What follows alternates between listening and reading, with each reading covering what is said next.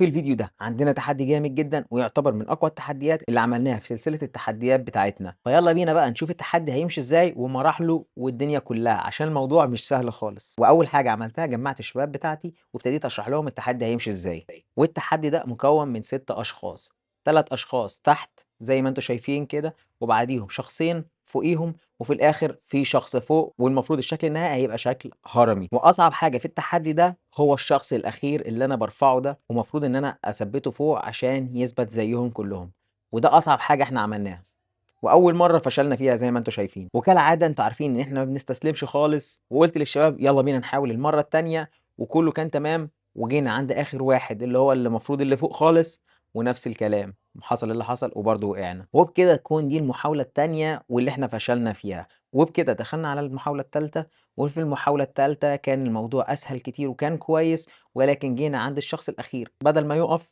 لقيته قاعد مقرفص، وبرضه ده مش الشكل اللي إحنا عايزينه، فعشان كده ما حسبناهاش وقُلنا لأ هنعيدها تاني.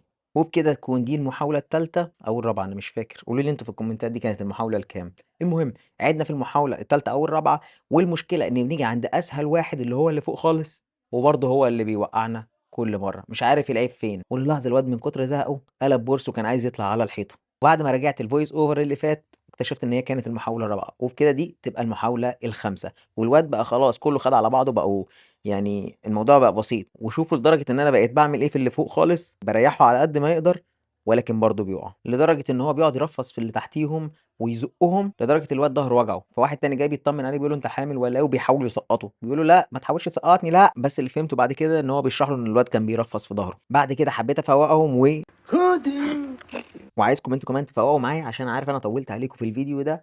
وبكده تكون دي المحاولة السادسة، وإن شاء الله هنحاول نعملها في دي، ولكن كلّه بيمشي بتساهيل ربنا. ولولا سوء الحظ كنا قرّبنا إن إحنا خلاص نعملها، وجه على حظنا الفقري أول واحد تحت هو اللي تعب فوقّع اللي فوق. وبسم الله ما شاء الله اللي فوق وقع على اللي كلّه دشملهم، ولكن الحمد لله كانوا تمام. وعشان كده باقول لكم من أصعب التحديات اللي إحنا عملناها.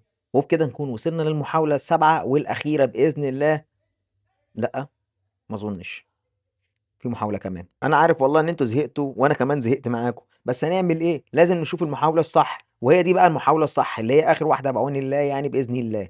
وهنا أهوّة زي ما أنتم شايفين كده اتعملت صح الحمد لله، وبرضه وقعنا. والله أنا تعبت معاكم.